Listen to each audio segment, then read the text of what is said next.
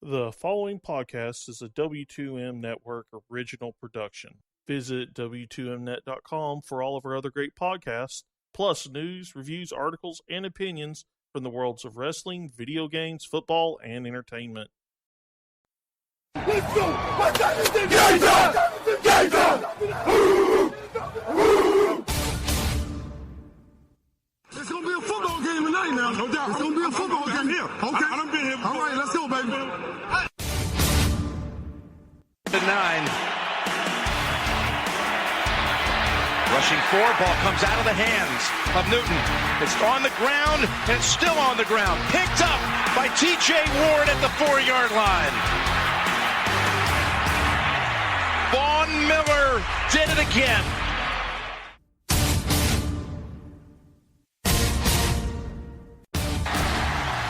Alabama back on top of the college football world. Ladies and gentlemen, football to the max. Your host, Sean Garmer, Gary Vaughan, and Randy Isbelle. Woo, guys, finally it has happened. We are talking about NFL Week 1, and not just the Thursday game. We're talking about all of them. We're talking about Sunday night, the 2 Monday night games that couldn't be any different. Yes, we're doing it all, guys. I'm so excited to get to this. Wait, there was football this weekend? I thought that was next weekend. I watched a bunch of old episodes of Martin instead. Oh, I'm in trouble, guys. There's 190 show that you just randomly named. That's great. Martin. No, this is a beautiful week of football, and I'm so glad that we're talking about it, and it actually matters. Yeah, it was an outstanding week 1 minus kickers. F kickers, F kickers, F kickers. Yeah, for a lot of teams, that was either a plus or a minus. So it's going to be interesting to get into here. Lots of close games, lots of come from behind victories. So, we could really just kind of choose where to start from, but honestly, we probably need to start with the game that sort of just ended. San Francisco 28, Los Angeles 0. I mean, I don't think anybody expected Los Angeles to score 0 points in their first game. Hi. Oh, I'm Randy. Absolutely. Well, maybe not 0. The offense is not good. It's Todd Gurley and nothing. It's absolutely nothing. The way I almost said St. Louis. I'm sorry. Hold on. Let me put a quarter in the jar. The only way I saw Los Angeles winning games is with their defense, and their defense looked really good. They gave up to 28 points to Blaine Gabbert and the 49ers, but I said this on the Thursday podcast. The 49ers love to open the season with that second Monday night game. For whatever reason, it just pumps them up. It makes them superhuman compared to what they have, especially on that defensive side. They were amazing. They beat up Minnesota last year. I was the only one on our podcast or on our website to pick San Francisco, and I was pretty confident about it, unlike my other Monday night pick, which I also picked by myself. I really thought the 49ers would go out there and get everyone to start really believing that they were finally improving. And in a weird way, they kind of did, just because that defense was so stout. They even shut down Gurley, which I didn't think they were going to be able to do. But the Rams are a mess on offense, and they showed it here today. I wouldn't just stop there. I'd say the Rams are a mess on defense, too. And it's just amazing. I really felt like Jeff Fisher was going to have this team ready to go. I really felt like the excitement about moving and all the other things that it came into play when it comes into getting a team with a name change, a big new city, and an excitement behind them would help that motivation. But it looked like that they were just there. In fact, my thinking about this whole game was I don't know if they even realized they were playing a game. I think half the roster was just staring over there at the opposite sideline at number 7 to see if he was standing or sitting. So I don't know. It just amazes me that this team, just did this much of a flop tonight. But congrats to San Francisco. Did a lot better than I ever expected them to. Yeah, Blaine Gabbert came in, played well in the offense. Carlos Hyde did his deal. I think he played once again. This is the same thing as last year. Last year. Carlos Hyde week 1 was the one game that he played awesome, and everybody was sitting there picking him up in fantasy and going nuts. And let's see if this holds for more than just this game. Let's remember this is a divisional opponent, so they'll know each other more than, let's say, if San Francisco was playing almost anybody else. And Chip Kelly has a lot to prove here as well. He wants to prove not only that he made the right decision at quarterback, but that his system works and that his teams can win. And San Francisco's defense looked really good here as well. Helps when you have a terrific secondary, and Case Keenum just looked really out of his element here. I don't know if it's the offensive line or whatever. I mean, I don't know that anybody they have is going to look that much better, but perhaps you need to. I don't know if you take him out already for week 2, but week 2, he better play a lot better, or that leash needs to get pulled, and perhaps you go ahead and throw Sean Mannion in there and see what happens. I really don't think – I get that, look, Carson Wentz went out there and played week 1. I don't think it's the same thing for Jared Goff. I think you play Jared Goff if the other 2 quarterbacks just suck, and then it's just like, well, okay, well, here, just go ahead. We're gonna suck this year anyway. But I don't know. Me and you were debating this, Gary, but off the air. But you still sticking with just go with Goff? And I know you're a big proponent for O'Banion, but I think O'Banion looks great in preseason. I think when O'Banion gets in a regular season game, I think he finds out it's a regular season game. I think the same with Case Keenum. And I think the same for Jared Goff. I mean, all 3 of these quarterbacks are nothing to write home about. They're trying to get one of these guys to do the job and do it efficiently, and so far they've been unsuccessful to find that. Now, Jared Goff, he's a new guy. You can't blame him for anything. But, I mean, I think what they really want to do with him is have him with a clipboard all year and really understand the game before they throw him in there and into the fire. So you get what you get with this, I mean – so it is what it is. But the one thing go ahead. I was just going to say I kind of side with Gary here about just getting him out there on the field. I'm a proponent of rookie quarterbacks don't have to start their rookie season. I have no problem with them having a clipboard for a year or 2, but only if they're behind somebody that they can really learn from. If they can learn better, like an Aaron Rodgers did behind Brett Favre, then having them on the bench learning is the perfect place for them. But in Los Angeles, where you have 2 junk quarterbacks in front of Goff, it's almost better for him to go out there and take his licks. Just kind of like Philadelphia, which I thought they were just dumping the season away. We'll talk about that game later. But basically do that. Let him go out there and take his lumps like Peyton Manning did on his rookie year and let him learn on the fly. The only reason I think that's not going to happen is because if you do that, and the season implodes like I think it would, which it still could, Jeff Fisher gets fired. So Jeff Fisher is doing everything he can not to get fired. He's not caring about the future. He's caring about the season. I don't know. I thought they were supposed to give them extensions, him and the GM. You're probably right about that, but obviously I don't think he would do anything that major unless he got blessing from the owner, and then that's also on the owner at that point too. If you're agreeing to just, okay, we're going to throw the season away and put it behind Jared Goff and see what happens. We did draft at number 1. We kind of need to know what we have. then that's on them. I mean, sure, he could still fire Fisher and say, look, you didn't have the rest of this team the way it should be, but it is what it is at that point. And, Yeah. I just want to, before we get out of this, I just want to let everybody know, if you're playing in a fantasy football league with me right now, go ahead and drop Todd Gurley.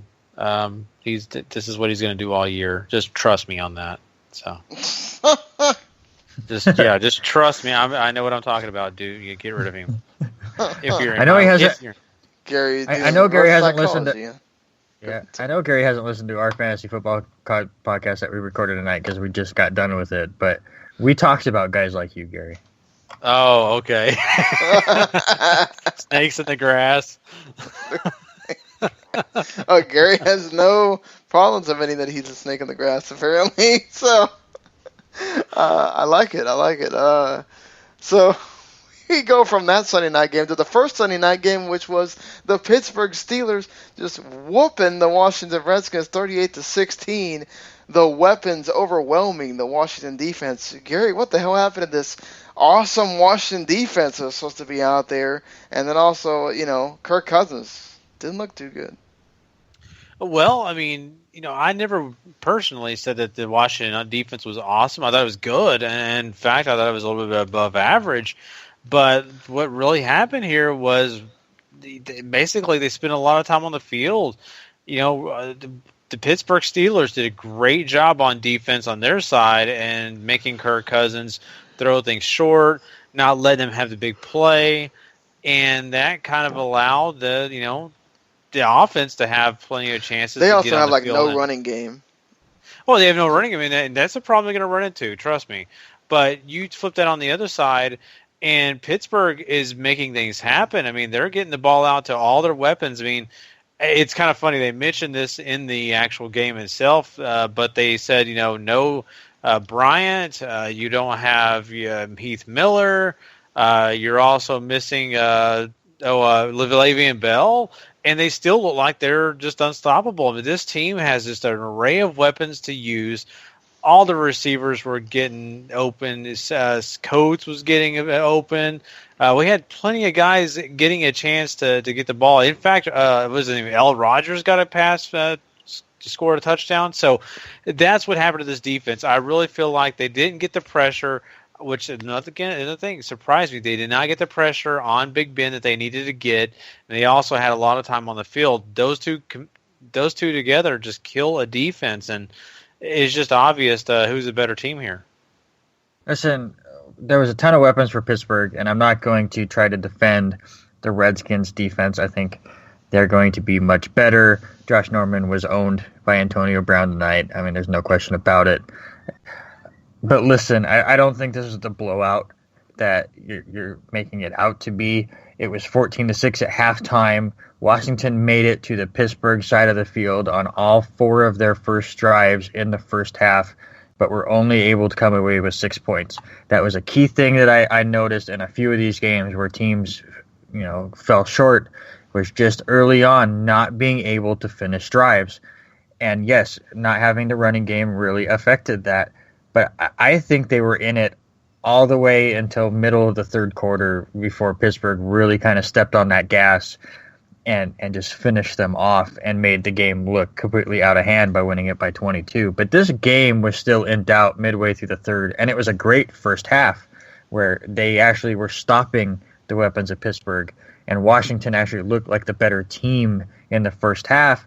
But again, if you can't score touchdowns, you're not going to beat these tough teams like the Steelers. Yeah, and my deal is I look at it the bigger picture, and yes, if you want to look at that way, quarter by quarter, yes, you could say Washington looked better at some point. I look at the overall picture and see what kind of team we have here, and it was obvious that team got tired, and that is the fourth quarter. You're correct, the middle of the third quarter. I look at the fact that they could not complete those drives. And, they had 4 chances, getting in there close to the red zone to give 7 points instead of 3. And let's be honest, they only scored 2 field goals out of those 4 chances. Mm-hmm. That says a lot for me for that offense. You are really honestly one-dimensional with this offense. You're passing the ball. Your running game is non-existent. they could still do things. They could still cause a lot of damage, trust me. But right now in this game, I still think that Pittsburgh, even though they may not have been the entire game, I still think they look good. Oh no, definitely. I think definitely you there's got to be some confidence in the Steelers right there. I think the fact that Sammy Coates kind of just filled in, and it didn't feel like you're missing a whole lot without Martavis Bryant being there. Perhaps they've just kind of gotten smart about what they're like. Sammy Coates has been a preseason darling for I don't know how many years now, and finally looks like he's breaking out here. So this. And by the way, Antonio Brown, they used him in different ways. That the way he didn't have to face Norman Run the whole time. I think that's another component of this defense that weren't able to do what they needed to do. They couldn't because that matchup didn't always happen, and when it didn't happen, Brown took care of business and went and scored like 2 touchdowns. I know for sure. Certainly. So we move on from the Monday night games to one of the great games of the weekend, the Sunday night game between the New England Patriots and the Arizona Cardinals. A missed 47-yard field goal by the Cardinals kicker makes it to where Jimmy Garoppolo and the New England Patriots win in Garoppolo's first ever game. No Gronk, no Tom Brady, no problem. You just stole my blurb, didn't you? I think that's exactly what I put in. I'm not reading your. I have not even read your blurbs. I think that's the first sentence of my blurb. Congratulations to the New England Patriots for winning the AFC East today. God, giving up on your team already, jeez. What did we all say in the preseason? The only way a team not named the New England Patriots was winning the AFC East was if they could jump ahead in these first 4 games. There was one team in the AFC East that won this weekend, and it was the New England Patriots. It's unreal what Bill Belichick and his team can do. As you said, no Tom Brady. They didn't have Gronk. It didn't matter. That offense is just so pinpoint. Garoppolo looked great out there, just getting the ball really quick. Does get sacked twice, but for the most part stayed pretty clean, wasn't rushed very often, and was just able to just pick apart the Cardinals defense, just dinking and dunking his way to a win. Blount looked good in the running game, and listen, the Patriots are scary, dude. They had 2 rookie offensive linemen, and they were still dominating this Arizona defense in a way that I wasn't expecting. I mean, not in a way where they're putting up 50 points, but they were doing exactly what they needed to. Just imagine when the first team comes back. As a Jets fan, I'm just throwing up in my mouth. I mean, the Cardinals offense, still the Cardinals offense, though. I mean, Larry Fitzgerald made a ridiculous catch at one point. That was, and just the rumor killer. He is not retiring at the end of this season, so that rumor that started up right before that game, or during the day, obviously refuted by Fitzgerald himself as he's signed for another year. But, yeah, I mean, you still had that offense kind of rolling. The running game wasn't doing kind of what you're used to seeing or what we'd kind of gotten used to as they were heading in that playoff run, but I mean, it's still there. I mean, they didn't use David Johnson as much as I thought they were going to. They kind of went more into the passing game later on in the game, and it might have affected them a little bit. But for anybody like jumping off the Cardinals bandwagon and going, "Oh my God, they lost at home. I got eliminated from the eliminator pool because of this game. Screw the Cardinals. They're going to be fine. I still think they're a playoff team. Just the Patriots are just too good, and I continue to get confused when I underestimate Belichick and go against him, because all he does is he loves to shove it in people's faces. Yeah, I love his press conference talking about the fact that he'll love to read about the game in the paper is what he's excited about. Yeah, that was kind of funny. This game is definitely one of those games you love to watch, and it was a game where you never knew who was going to win because they just took it all the way down to the wire. But the most interesting thing to me, and you guys haven't touched on this yet, is the interesting calling timeouts before the 2-minute warning for the Arizona Cardinals. Now, is it going to really matter towards the end of this game? I don't think it changes the outcome. But at the same point, I mean, they may have been able to strategize a little differently if they wouldn't have called those timeouts. They wouldn't be rushing that kick for sure. Now, New England called the timeout for them, so it's not a big deal. But I'm just saying it's a very interesting strategy that I may not have really understood personally. Fair enough. Well, I mean, to be honest, I honestly think it was more they were calling timeouts so that they had the time on that drive. They didn't want New England to be able to run the clock out or run it way down. They wanted time to run their offense. And you can kind of see the exact same thing kind of happening as Arizona was driving, that New England started calling the timeouts for the exact same idea of let's stop them. If they hit the field goal, we're going to have time left on the clock to be able to come back. So it was more of a we want the time on the clock instead of the timeouts in our pocket. Fair enough. Yeah. And it's especially because they have veterans on their team that know how to get out of bounds. Sorry, I had. Yeah. We'll talk about that later. Boy, it's disgusting. we're gonna. Yeah, that helps a little bit, sure. So we move on to. Now we're going to start getting into single games here where only one of us watched this game, possibly two of us. And kind of it'll be their thoughts on it, and we'll kind of just give some generalizations. So apologize if we're all not just going at it here. But Randy, I mean, the Baltimore Ravens and the Buffalo Bills, not very low scoring. Let's just say these two offenses looked as good as CM Punk's offense in the Octagon on Saturday. But you were tapping out watching the game. It's awful. Listen, Tyrod Taylor is no good. People, calm down with him. Just 111 yards, just looked lost. A lot of dump-offs. Something to really look at down the line. Sammy Watkins, who had surgery on his foot, is complaining about pain in said foot. If he goes down for any time, you can just cross off the Buffalo offense completely. I liked how Mike Wallace became relevant again. Some big plays that really helped Baltimore win this game. But this is kind of the way I thought this was going to be. Two defenses slugging it out, not a lot of offense. Baltimore hitting the big play to win it. I was a little surprised that Taylor and Sammy Watkins weren't able to make that big play, to counteract it. But just an ugly game between two tough defenses. Baltimore is back as far as a possible playoff contender because of that defense and because of the big playability. They only hit the one against Buffalo, but I mean they are a team that you don't want to mess with.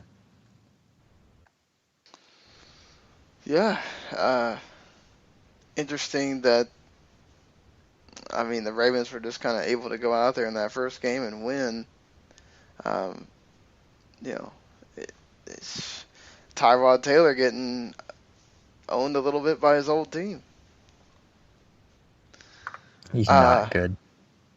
Sorry. He's not good. There you go. See, Randy made the statement. He's not good. Should not have. Maybe I wonder if the Bills are wondering if he should have got that money now. So moving on, Gary, Carson Wentz and the Eagles go out there and whoop up on some Cleveland Browns. I mean, not that anybody else is going to whoop up on the Cleveland Browns, but. About to say, I just for breakfast the other morning ate some cornflakes. I beat them pretty good, but of course they couldn't get up and hit me back. What did Gary do? Beat up Cleveland Browns. Yeah, I'm just saying they couldn't get up and hit me back, and I think that's the same thing that happened here. Is Carson Wentz went out and looked like he's the next sensation, and that's great, and he needs to. He's a talented quarterback. There's no doubt about it. But is it really a test when you're playing against a team that may not be able to beat most of anybody in this league. I think Alabama might be able to beat the Cleveland Browns at this point. Yeah, I mean, it may be a close game, but yeah, I think that's about where you're coming from. Yeah. So, I would disagree with that statement, Sean, but because I think half of the Cleveland Browns are rookies this year, I think Alabama could, because basically Cleveland is a college team right now. yeah, Well, true. and they'll be doing that without RG3 for 8 weeks. A broken coracoid bone in his shoulder. What's the fantasy implication for Josh McCown now? I like him better. It's funny to say the starting quarterback goes out, and then all of a sudden you're like, backup. I love him. McCown actually did pretty decent for himself last year when he was playing for this team. So I think the same could stand here. I don't know, Randy, what do you think? I mean, I kind of feel like, we could see some better offense. I don't know about better offense. I think this one, with RG3 getting hurt in the middle of it, and he was just a bit off, we couldn't really see the deep threats as we had seen in the preseason. We saw a little bit with Coleman and Pryor early, and then by the time he got hurt, the whole offense just died. The fantasy implications I see the most is I think this is going to hurt Coleman a little bit as far as the deep threat. McCown does not go deep, but Gary Barnidge is back on the map. Was not targeted one time in this game with RG3. He is the favorite target now. So, as I said on the podcast, go find that fantasy owner that freaks out after 1 week and sees Gary Barnidge get 0 targets, and go steal Gary Barnidge from him. Go pull a Gary. Be the weasel. That is the main target you go for in any trade this week, because Gary Barnidge, with this move, with this injury, to me is now a top 5 tight end because of the targets he's going to be getting. Yeah, last year was all about freaking the Gary Barnidge and Josh McCown. It's going to be interesting if they get, and not to mention, remember that a lot of that receiver core is different now. So Josh, look, they deal with each other in practice, but Josh McCown's got to get used to, okay, now he's got Josh Gordon back, who he didn't have last year. He's got Coleman and no Travis Benjamin, so he's got to deal with that. Just different receivers he's got to throw to now. He's got to get used to that chemistry and everything else. Mm-hmm. And he might rely on Barnes more. Exactly. And, just before we get out of this, just the Eagles, their defense actually, did have a cupcake to mess with. But I feel like, this Eagles team can be a competitor against other teams. I can make fun, but I really feel like the defense does have some things to offer. And, Carson Wentz, he may not have the success he had on this game, but I think he, now he has a little confidence, and that could be dangerous for some teams. Yeah, to talk about a defensive game, the Miami Dolphins and Seattle Seahawks. The Seahawks at home, doing their thing, playing defense, just disrupting Ryan Tannehill at all parts. Aaron Foster looked okay when they were throwing him the ball. They couldn't really run for a whole lot. Foster had a similar game, something to what I'll talk about later with Tennessee, where as long as they were throwing him the ball, he was fine. If he had to run, there was no holes for him to run, because the Miami Dolphins and the Seattle Seahawks offensive lines are bad. They just could not hold anyone. Russell Wilson was again running for his life for lots of the game. He did too many of these, let me go one way and twirl the other way, and got caught quite a few times, where he did it way too much and he went way too far back. And Mario Williams caught him once, and it wasn't good, and he caught somebody else caught him pretty good too for doing that. They had a mishandled snap, which led to a fumble recovery for the Dolphins. Just both these teams just didn't play very well until you got into the fourth quarter. Well, not to mention Kenny Stills dropped about 80-yard touchdown. So, dude, you got to make those catches, man. Sorry to tell you, but this is the NFL. You don't miss opportunities like that when your team is having a hard time doing anything. Ryan Tannehill actually runs in a touchdown, and then with about a minute and a little bit left, Russell Wilson does one of his miraculous comebacks, and with about 35 seconds left, Doug Baldwin in the back of the end zone, and that's it. The Seahawks win because the Dolphins really couldn't get it back down the field again, but the Dolphins got stolen on a 4th and 1. You had the Stills deal, and Andrew Franks got his 27-yard field goal blocked, and it wasn't one of those like it got like tipped, and so they had opportunities where just little things and they could have won, and they lose, and Seattle continues to do their thing and win ugly, a lot of what they did last year, so maybe not hurting too much with the ones that they lost, but I don't know. Still have questions when you're talking about Miami here, and if that offensive line is not going to help Ryan Tannehill, this is going to be the same thing as last year. I hate kickers. Yes, once again, Period. kickers doing them in. Hauschka also missed an extra point that made things interesting. Or he didn't miss it; he got it blocked, and that's why it was 12-10. Or Miami would have only had an opportunity to really tie the game and not win at the end. So we move on. Randy, I'm sorry to do this to you, but your Jets lose by a point because of a kicker. I hate kickers. I hate them. I hate your stupid Nick Folk ex-Cowboy kicker. What a waste. It was actually a really good game, and the fact that it comes down to a mixed extra point is just awful to me. Just terrible. Yes, he had a field goal blocked, but I blame that on CBS for putting up the stat that Nick Folk has never missed a kick in the first quarter ever. Assholes. Just stop it with those stats. You put those stats up after the fact. Okay. Sorry. Just the rant. Sorry. We got to use this for the intro now. Sorry. The things that I take away from this game is the fact that Cincinnati is still very good, and the Jets are right there with them as far as competition. They stuck with them the whole game. Nobody could pull away. Matt Forte is the perfect fit for this offense. He led the team in rushing. He led the team in receiving. He took over the offense, which needed it because Decker and Marshall were shut down by the Cincinnati defense. Enunwa also has shown that, as fantasy-wise, he is a decent option as like a flex position because the Jets don't have a tight end. So when they're passing the ball, they're using 3 receivers. And with all the attention going to Decker and Marshall, that's where they're going to. So he has a good game, but they just can't quite get it done because they lost a special team battle. And Cincinnati, give them full credit, they took it to the Jets through the air. Obviously, the rushing game struggles, which was not a surprise to anybody. But A.J. Green, he went to Revis Island, he bought a mansion, and then he blew up the whole island because he didn't care. He owned Revis Island, and I hate to say it, but Revis Island is now closed.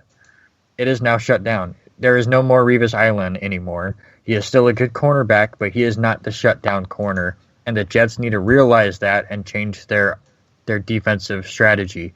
Because go back and watch that big 54-yard touchdown pass to A.J. Green, and the safety basically ignored A.J. Green as he ran by him, going, Revis has it. Just stood there flat-footed as A.J. Green ran by. They need to make sure that they have some help for Revis to continue to balance that offense, because listen, the Bengals found a weakness and they attacked it and they attacked it and they attacked it, and good on them. They came back and won the game and showed why they are some people's Super Bowl contenders. Well, Gary, talk about another quarterback that went nuts here. Jameis Winston going off on the Falcons. Yeah, and a lot of people came into this season saying, if Matt Ryan's going to be the guy that's going off. But no, I really felt like Jameis Winston was that guy that, he had made some improvements towards the end of the year last year, and I think he's grown. And, honestly, he found plenty of receivers and in fact, even finding Alfarius Jenkins in the end zone. So he used all his weapons to his disposal. Bless you. Yeah, bless you. And the mute mic was hard to hit, I'm sure. But Mine is thinking behind about my head, so yes, it is. behind your head, that is a bummer. But anyway, really this comes down to not only just Winston, but Tampa Bay's defense really stepped up in this game. I think that was really the difference. Really, Atlanta couldn't do much because that was what was taking place. It was the Tampa Bay defense tightening up and not really giving Matt Ryan those opportunities, or even the running game getting really started fully. So I just got to look at that and say, really, honestly, in this game, Tampa Bay played the more complete game. But I put a nail in Atlanta's coffin? No, I just don't think that right now they're that great. Gary, I do have to ask you, we talked about it on the fantasy podcast. Yes, don't put a nail in Atlanta just yet, but are you starting to put a nail in Devontae Freeman as being a top-tier running back? Yeah, coming into the season, I wasn't very high on him. I don't know if he can break out again. He could. But right now, I definitely do not start him unless he's my second running back or even just my third. I just don't have any faith in him right now. He hasn't done anything since, 6 weeks into last year? That's just the way I look at it. Well, didn't they say they were going to run him and Coleman both a lot more than just having Freeman because they had to when Coleman wasn't there? Well, yeah, and that was the deal. Was Coleman got injured, and so Freeman was forced to play, but Freeman was doing really well.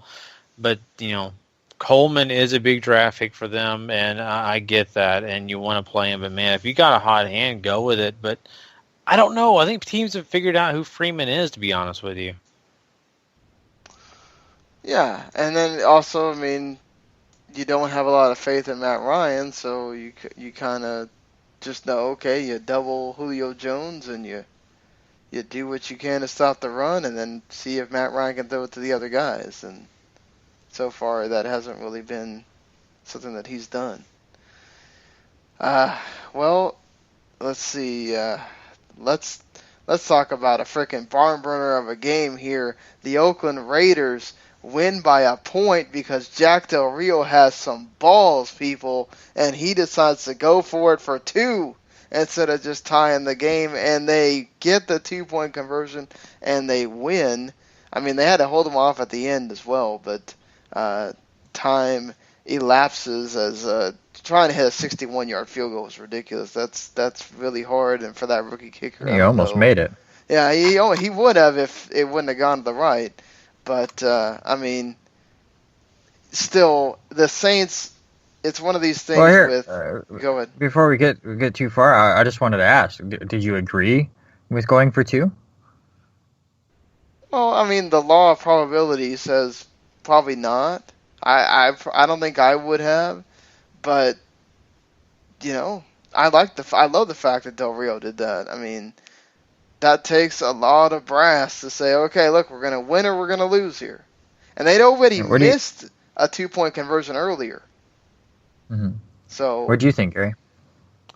I probably would have played the safe bet as well. Maybe that's too conservative, but he did what he thought was right, and I feel like his decision obviously paid off. But that's such a risky thing, and like we talked about this last week. I think, in fact, coaches a lot of times play it safe. They want to make sure that they have an opportunity to at least go to overtime. But Jack Del Rio, got to give it to you, man. That was a good play.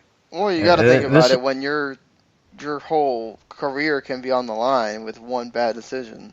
Mm-hmm. Sometimes. But see, this is why I absolutely loved it. If you go back and just kind of look how this game was, as Sean mentioned, it was a barn burner.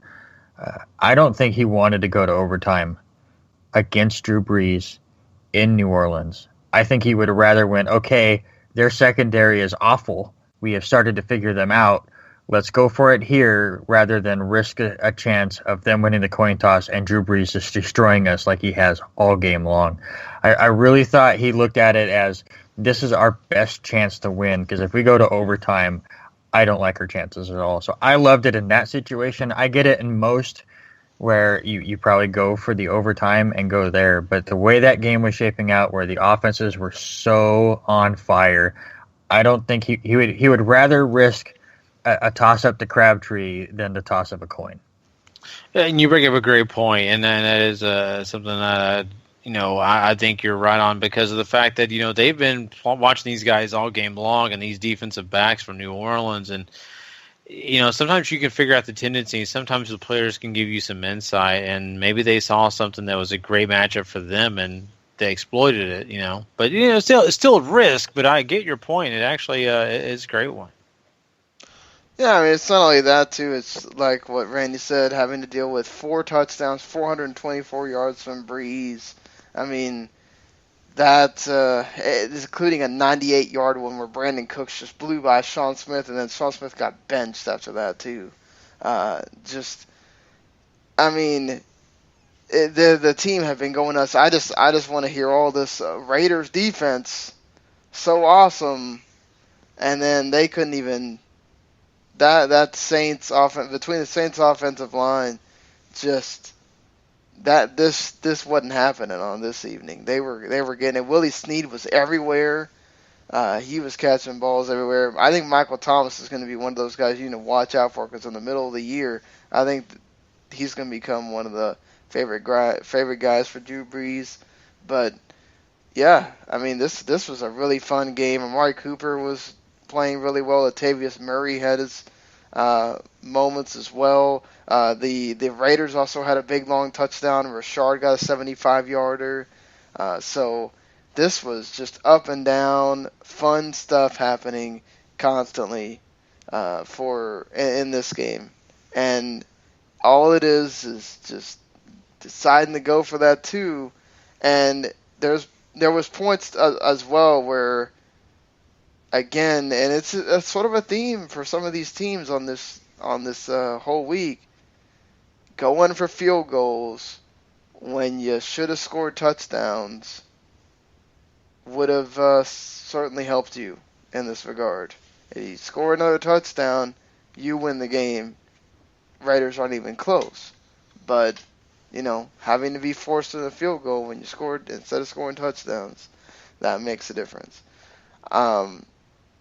So we move on to Randy having a game that was very similar to this with the Indianapolis Colts and the Detroit Lions. Literally a game of whoever has the ball last is going to win.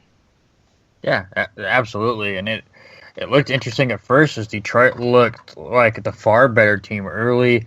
Andrew Luck was rushed a ton and just seemed out of balance. It took until, I'd say, late second quarter and mostly into the second half before that offense really started to click. But what I loved with Detroit, and why I think they might be a sneaky team later on, we'll see how they do against a tougher defense, but just the immersion. I mean, we always knew Theo Riddick was amazing out of the backfield as a receiving back, but Amir Abdullah stayed right with him. So now they have 2 guys out of the backfield that can catch passes, and their offense is wrapped around it.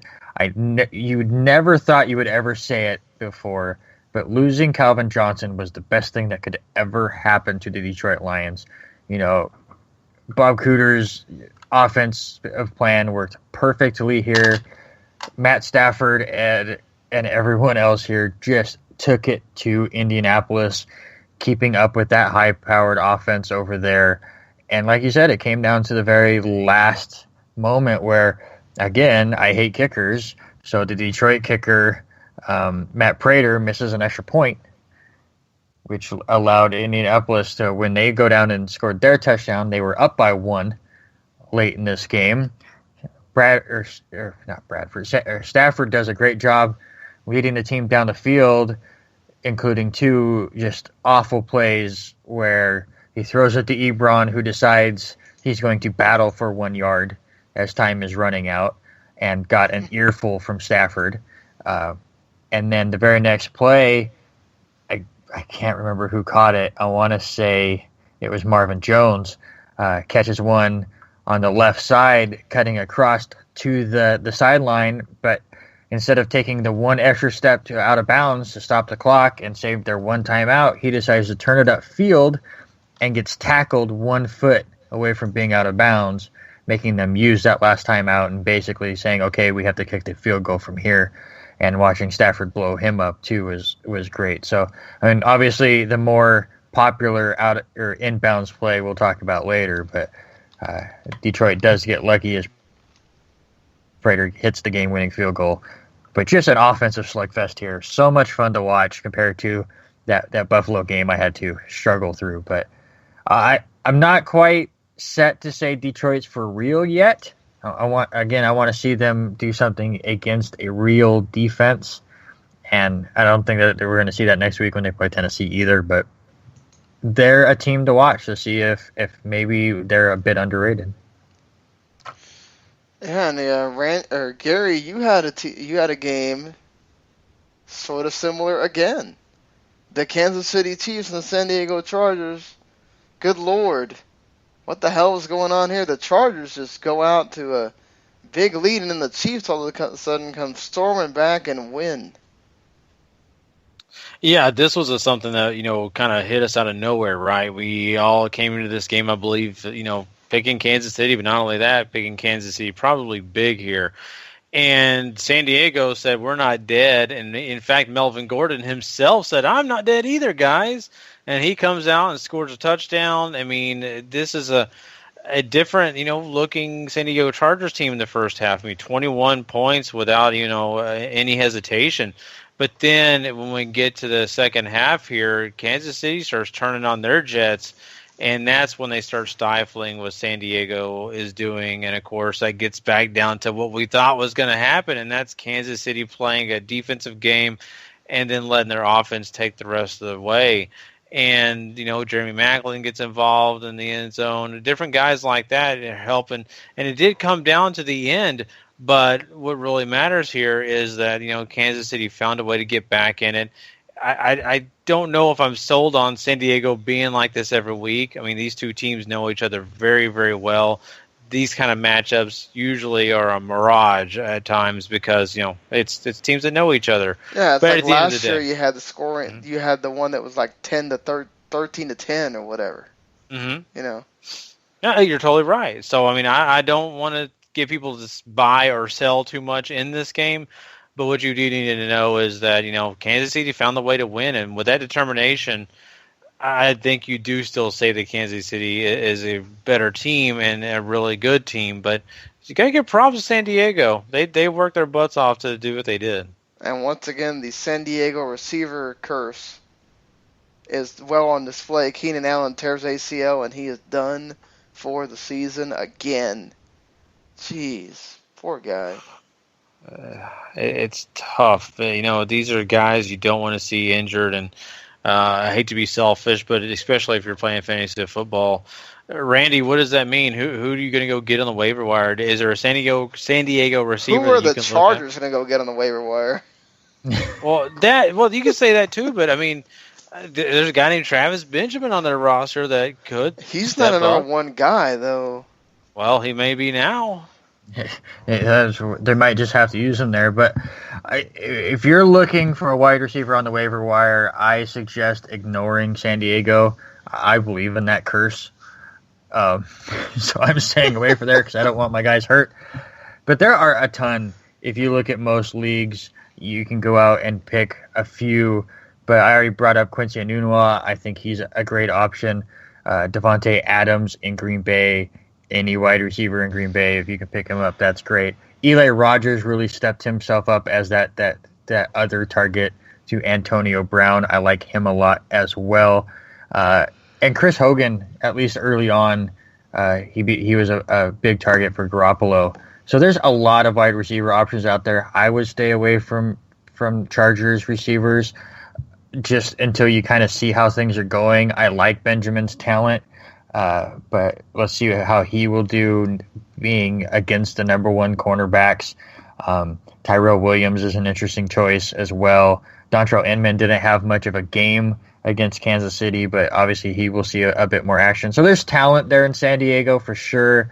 But as far as fantasy goes, I'm looking somewhere else until the Chargers move to Los Angeles and get away from that curse. I would say Woodhead is certainly one you need to watch out for because he's going to get more passes now. Oh, Woodhead, I think, should be owned in every league, but I'm right there with you. I think his uptake or his receptions take an uptick as well.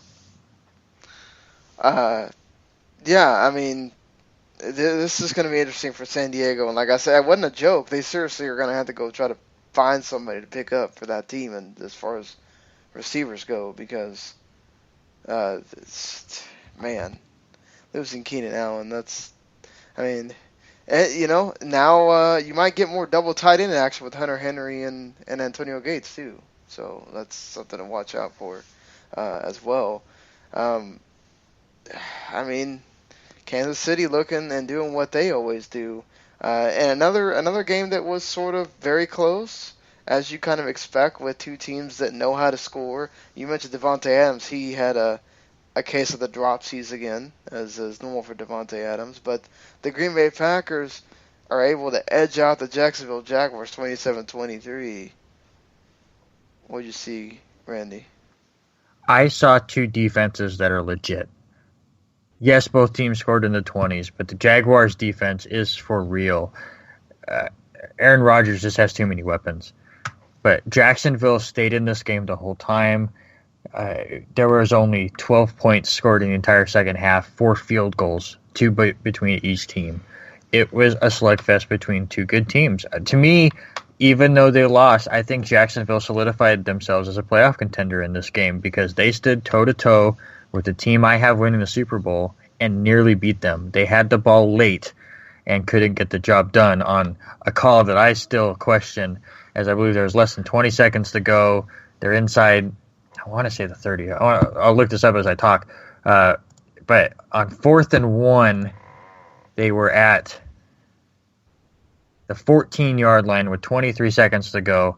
Faced a 4th and 1, decided to do a wide receiver screen, so they threw the ball behind the line of scrimmage. It gets snuffed out, and they turned the ball over right there. I didn't like the play call there. At least if you're going to throw the ball, throw it forward so any catch gets you the first down. I thought they got a little cute with that, but they stayed with them the whole way. Very balanced attack by both teams. Jacksonville also was a man down as Chris Ivory went to the hospital Sunday morning. They say he's going to be in there for a few extra days. They didn't really give out a lot of details on that yet. They said that once he's released, then they will come out with a report which will explain things a bit closer. So hopefully he's okay. But listen, Jacksonville's legit, but Green Bay was just too good. I was going to ask you, I mean, how much of effect does that have with Chris Ivory not being there? Because they were doing a lot of the two running back tandem with him and Yeldon in the preseason. Yeah, it does so much. I mean, you look, TJ Yeldon did not do a great job with the sole running back duties. 21 carries, 39 yards. He does find the end zone, though. He's better out of the backfield as a receiver and then have Chris Ivory bowl them over. So I think their game plan kind of got shot, especially because it happened, Sunday morning. So it wasn't like they could game plan all week. So, I mean, honestly, the result could have been different if Ivory was there and they were able to run the offense the way they wanted to. But a stellar job by them. Great to see Jordy Nelson back, 6 for 32 and the big touchdown. So nice to see him back on the field, and it makes Randall Cobb better. It makes Devontae Adams better. So Green Bay is just that good. But Jacksonville is for real, people. Well, we'll have to see if they continue down that road. The Houston Texans are also in that division. They came out winners. They were the only ones in that division that came out winners this week as they took on the Chicago Bears, and the Bears actually hung in with them for quite a while in this game. I think it was until about the middle of the fourth quarter where the Bears were finally out of it because Cutler threw an interception, and Cutler also got sacked about 5 times. He got rushed a bunch because the Bears' offensive line sucks. The he also fumbled a snap, and because you're using a guard, who Cody Whitehair is a guard. He's always been a guard. You're going to use him at center, and that's what happens sometimes. Guys that are not experienced, it's going to happen. And Langford kind of was stifled a bit until about the second half because they started having to pass a bunch. Alshon Jeffrey was awesome in this game. He caught like a 50-yard pass. The dude was exactly what you'd expect with Cutler. And Eddie Royal, he made Eddie Royal look fantastic here as well. Eddie Royal got a touchdown. He looked good. Everybody that you'd expect on the Texans was fantastic. Lamar Miller got 106 yards. He was giving the ball a bunch. So they're trying to run the ball in Houston. Osweiler looked fine. The big throws, he made those. Will Fuller got over 100 yards. First guy in franchise history to get over 100 yards on his first game. And he could have had more if he didn't drop like an 80-yard touchdown that he would have had, because that dude is lightning when he gets going. And DeAndre Hopkins did okay. But Osweiler still had a few times where he didn't look when he was pressured, he didn't look very comfortable. But when he was given time and he had to make the big throw, he looked good. So I think you can kind of start saying I think this Houston team is somebody you don't want to mess with. And the defense, certainly, telling you, Jadeveon Clowney, people been waiting on this guy. He was a force in this game. And if this continues, you get J.J. Watt back to kind of full strength, I don't know that I want to play that defense. Yeah, and as you said, Lamar Miller having a good day. One of only two running backs since DeAngelo Williams did it today. Just one of two running backs to eclipse 100 yards rushing. Yeah, man, DeAngelo Williams had a heck of a game, too. I don't know that we mentioned that enough, but, man, he looked great against the Redskins in that game. Should also note that the Minnesota Vikings defense came to play against the Tennessee Titans. Two run back for a touchdown and a pick six for a touchdown because Mariota got rushed and just threw this lazy dink of a pass right in the Eric Kendricks' hands. He also had a fumbled snap. I mean, just not the best of days for Mr. Mariota. DeMarco Murray, two passing touchdowns, actually. He didn't do a whole lot running. It was more about on the screens and on the passes, DeMarco Murray. So he did learn a lot from the being with the Eagles, where he excelled last year. So they did a lot more of that. Derrick Henry also had some interesting stuff passing as well. You got to see some Andre Johnson in this game, which he looked okay.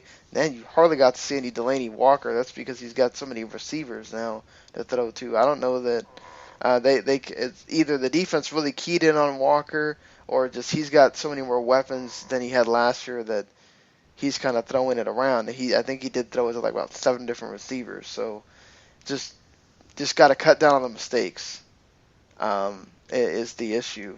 On that. And yeah, Sean Hill was fine. Just the defense really, really made it much easier for him. It also helps when they stack the box against Peterson, so he's just basically having to throw, because Peterson had a terrible game. I think he had like 30 yards, something like that. So sucks for me. I had him in like 3 fantasy leagues. So. And Gary, go ahead and talk Sean into trading Adrian Peterson to you as well. No, I'm not doing that. Yeah. Oh, yeah, come on. It really not. He's getting old. Just think about it. I'm sure we can trade I'll trade you a level 3 receiver and a level 4 receiver. It's fair. So let's go ahead and talk about our Cowboys, Gary. They lose by a point to the New York Giants, thanks to Terrence Williams deciding not to get out of bounds, even though Des Bryant is constantly pointing at him to get out of bounds. I can see what he's doing there. He's trying to get the first down because Roger Cromartie has the sideline angled blocked.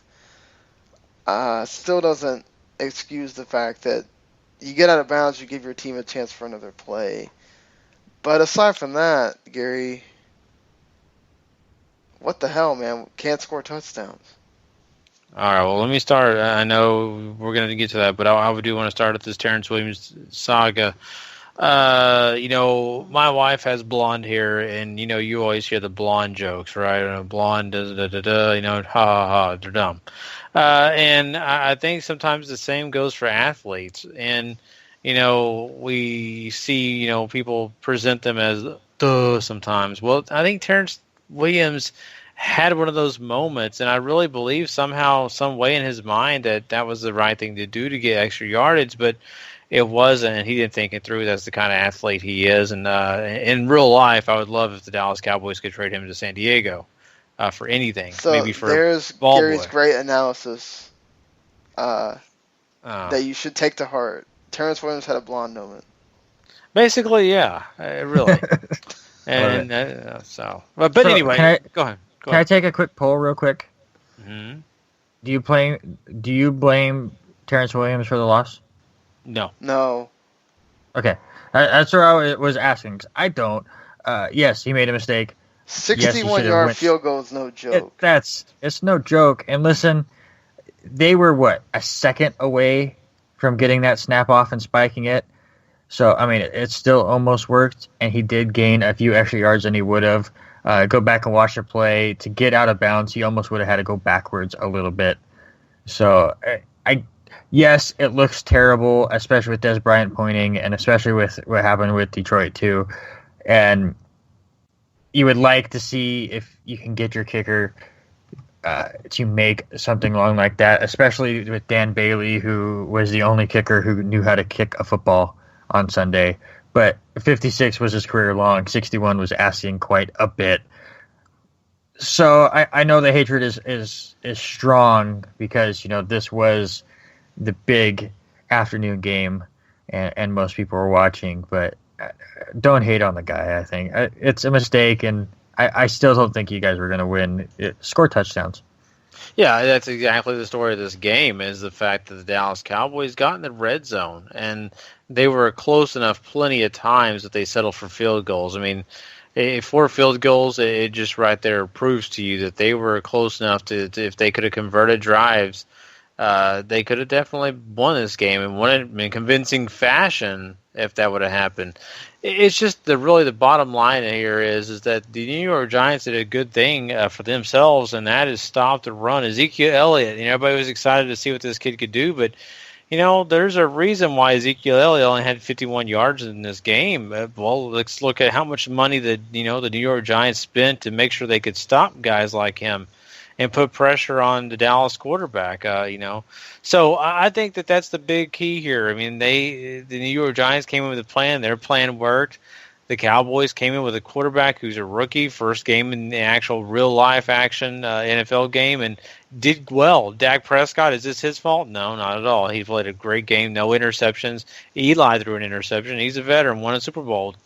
So I That's think just that Eli, though. He throws interceptions all the time. Well, I know. And why don't I pick him up in fantasy? But it's just that's the bottom line here is the fact that, they didn't convert, first downs. And, really, honestly, Ezekiel Elliott's still young. He didn't have a lot of patience in this game. He may have been able to do it because look at Alfred Morris, a veteran running back, actually gained quite a bit more yards. I think he had like 75 yards rushing. More patient, a veteran who knows what's going on. So it's a growing process for both a rookie quarterback and a running back. So, and I think Dak, also he was doing a lot of what you see rookie quarterbacks do. Let me find Witten. Let me find the guy that I'm feeling comfortable with. Des Bryant has 8 yards. I mean, normally that's not what you expect from Des Bryant. I don't think it's his fault. I think it's just Dak was not really even looking for him because he's expecting him to be covered. That's in that touchdown that Dez got taken away. Very much a Dez moment there. But I think that might have affected him for the rest of the game as well, as far as being confident enough to understand that this is going to happen. Let's get out there and try to make more stuff happen. But and they were moving him around too, so it wasn't just okay, I'm being covered by the same guy and I'm being owned. It's just they were covering him. So I mean, for all that being said, though, to be that close in Dak's first game, he didn't look like he was flustered at all. But it was also a tale of two halves too, because the offensive line was blocking for him in the first half. Second half, Giants turned that thing on. They were pressuring him. He had to make faster decisions, and it affects you just like it does any other quarterback. So, but the moral of the story here, you cannot kick 4 field goals in a game when you just needed 1 touchdown out of those 4 field goals. You would have won the game. Okay? Especially when you're taking 15-play drives and coming up with field goals, and the Giants are going in 3 plays and scoring a touchdown. I mean, hello? Whatever. Mm-hmm.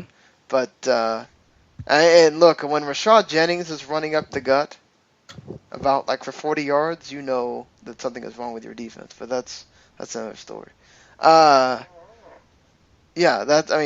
Cowboys lost. Hats off to the Giants. They were one of the 2 NFC East teams that won, but at least the Giants played a team that actually matters. But we'll see. We'll see what happens in week 2. It's going to be interesting. Cowboys have another division game. I don't know right off the head what the Giants and the Eagles are doing, but yeah. So that wraps it up for us talking about the games. Let's get into... Now, if you go to the actual website, w2mnet.com, sometime on, I don't want to say right now because I don't know if I'm going to stay up all night to make sure this gets out right now, but at some point on Tuesday, I would say at least before 2 or 3 p.m. Eastern Time, our full power rankings will be out, and you can look at them all, but we're going to give you our top 5 as we did last year. And we'll also give you our player of the week, which we did not discuss beforehand, so we get to have a player of the week discussion on the actual podcast, which those are always fun. So our top 5 power rankings go like this. Denver Broncos, number 1. New England Patriots, number 2. Green Bay Packers, number 3. Carolina Panthers, 4. And the Arizona Cardinals, 5. I don't really think that there's too much of an argument there. I had Pittsburgh a little bit ahead. I think you guys might have done your rankings before that game, though. But I think Pittsburgh looked really dominant. And there's something to be said for, even though all these, Carolina and Arizona both lost sort of close games, something to be said for winning, positively in your first game. No, absolutely. And I wouldn't argue that point at all. I actually had Pittsburgh 6th in my rankings. But that's just because I was a little down on Pittsburgh coming in and didn't want to move them that far up. I thought, I just underrated Belichick so much, so I gave Arizona a pass for now. But putting Pittsburgh in the top 5, you're going to get 0 argument from me. Yeah, and it is interesting to me that we have the Carolina Panthers behind Green Bay. I think Carolina played an excellent game against Denver. Could have beat them, and it just boiled down to they had some issues there at the end. So I don't think Carolina is a bad team just because they lost against Denver. It just means that they're going to prove to us that they're just as good as ever. We'll just have to wait and see it next week. Yeah. For sure. And so, player of the week, guys. I mean, any... for me... you got a lot of 4 touchdown quarterbacks here you can throw in there. I would say RG3 because he found his way out of the league for a little while. But since I can't vote for somebody who failed, personally, I know it just happened, but for me, I mean, Antonio Brown once again looked amazing in this game against Washington. And I think people didn't really think he was going to do much, but, man, just continues to show me that he's the best receiver in football. Randy, any... Sean, oh, you want? Do you have one? Because I'm debating between 2. Well, see, the 2 4 touchdown guys also lost. So that's something to take into account. Shoot. All right, since you don't have it, I'll just go ahead and say it. I'm going to go with Alex Smith here. And now, obviously, I have the fantasy podcast, and on there I said don't buy into Alex Smith as far as picking up in fantasy because you're not going to see this very often.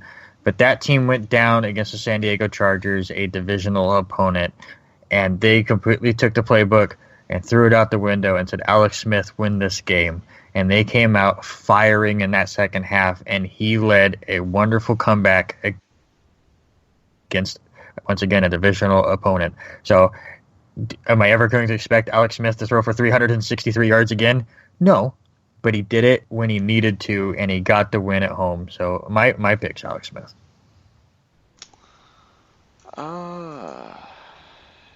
Yeah, I'm still kind of... See, this is why we don't do this on the podcast, because you get a lot of... this like trying to figure out who did what, but you know what? I'm going with Matthew Stafford, 340 yards, 3 touchdowns, led that team all the way to getting that game-winning field goal. I mean, yeah, the system is working with Jim Bob Cooter, but Stafford's the one driving that train and making it work. Yeah, very true. So there must be one, right? There must be someone. Must be one. The Highlander situation. There can only be one. So, well, I say we take out Antonio Brown because he did a sexual taunt for a touchdown, so he gets knocked out. Why do you think I picked him, for God's sakes? Oh, my God. We all know how Gary was trying to, start a relationship podcast on the other podcast. So. Gary's over there practicing his Antonio Brown touchdown celebration, which I do not think will take over like Cam Newton's touchdown celebration did last year. I don't think this one takes off as much. Yeah, that's a new kind of dab. But anyway, you know what? I don't know how Sean's voting, but you know what? Looking at this and really thinking about it, Alex Smith had a task ahead of him, and that's get his team back and get a victory. So I'll go in with Randy. If Sean, what do you want to do? Alex Smith, yeah, I have no problem with that. Who would have thought Alex Smith would have been winning anything? I know. But, well, there you have it, guys. Yeah, there you go. Alex Smith, your player of the week for us. And that'll do it for the Week 1 recap edition of Football to the Max. Of course, we will be back on Friday morning with our Week 2 preview. And, of course, Week 3 discussion. We'll be recapping that Thursday night game. And we'll be recapping the Houston and a Cincinnati game as well. And then, of course, also giving you a preview of college football Week 3, which, oh my God, mouth-watering. But, yeah. We need to make that Thursday night pick, by the way. We do need to make that Thursday night pick. Jeez, I forgot about that. Why is that whatever game it is? You don't want to. I don't want to talk about the game. Oh, let's not talk. Actually, I changed my mind. Yeah, it's the Christmas colored crayon game. The Jets and the Buffalo Bills. Man, the Jets better win this game. I'm going to say I don't want to hear Rex Ryan's mouth the whole rest of the week. I'm going to go with the Jets. I think they're going to bounce back and get this win. I think. Look, I know Buffalo only scored like 9 points against the Ravens or whatever, but the Jets defense is pretty awesome. And what Sheldon Richardson's is he suspended 4 games? I thought he was suspended only at 1 game. Is it 4? I cannot remember. I was going to say if he's going to come back too, that's another big coup for them to have. But Tyrod Taylor didn't look good in the first game. I don't think he's going to look good in this game. Yeah, see? You get Sheldon Richardson back. That's another defensive stout person that you had. One thing I forgot to mention in that Jets-Bengals game, just because I was my hatred for kickers overtook it. They sacked Andy Dalton 7 times without Sheldon Richardson. Jeez. 7 times. Watch Leonard out, Williams, Tyrod Taylor. Yeah, Leonard Williams 2.5 sacks. Yeah. And if you find yourself behind at any point in this game, New York, what you do is just have your cheerleaders take off their shoes. Trust me, the other side will be distracted heavily. So, God. There are 2 certainties about this game. The first one is I am going to get sick and tired of seeing Week 17 highlights and how the Buffalo Bills knocked the New York Jets out of the playoffs. And the second certainty is if the Buffalo Bills win, I won't be on the podcast. I will be in some psych ward throwing shit. God. Especially if Nick Folk is the reason why we lose another game. Just saying, everyone should hope that the Jets win for my sanity. I have a child on the way. I need to be mentally healthy. yeah. Root for the Jets. There you go, JETS. Oh, God. He's right about that, though. Man. He's right about that. So, are we all picking the Jets then? Yeah, I'm going Jets. Okay. So there, are we all picking Houston for the college game? Yes. Yes. Okay, yes. Okay. So there you go. Our picks for Thursday are made. And now we're done. So see you guys later for Gary, for myself, and for Randy. We shall see you on the next one. Later, everybody.